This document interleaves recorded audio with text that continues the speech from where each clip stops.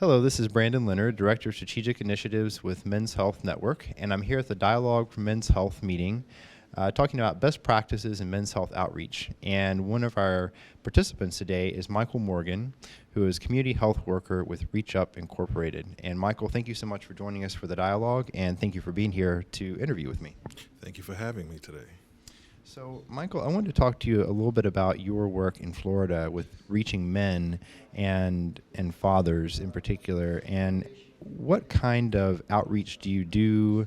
How do you effectively get the word out to men about their health? One of the things that we have at REACHUP, we operate two components, 24/7 DAD program as well as a male involvement mentorship type program. With our male involvement mentorship program, we typically work with the moms of the Healthy Start program, and we ask moms who feel that their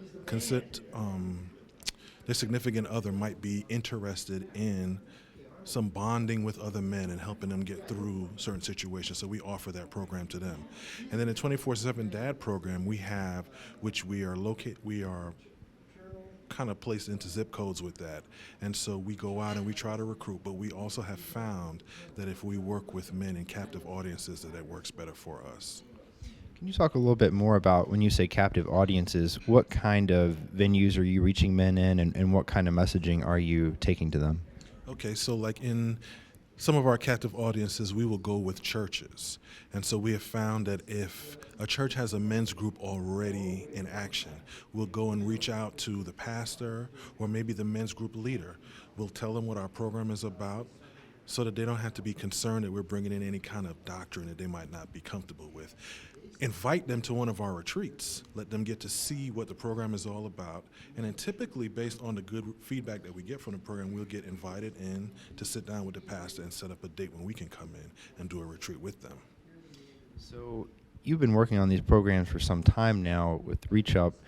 What were some of the challenges that you all faced in the beginning, and how did you respond to those in terms of being able to get in front of men?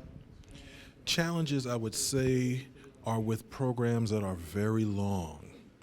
Men typically will not come out to a program that's multiple days that they have to attend, especially if they don't know who we are.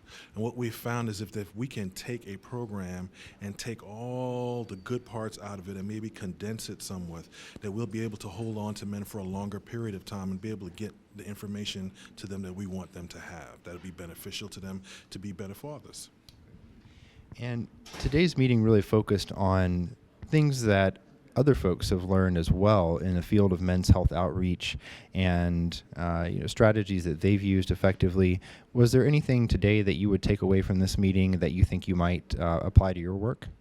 I did, and I think that one of the themes that came out was the use of comedy in attracting men, and that men will gravitate to a situation, even though it's a serious topic. If you can inject humor into it, it might open the door for us where it might have been closed before. Michael, thank you so much for coming to participate in the dialogue meeting today, and thank you for your contributions and for talking with me as well. And we hope to include you in all of our future dialogue activities. Thank you, Brandon. It was a pleasure to be here.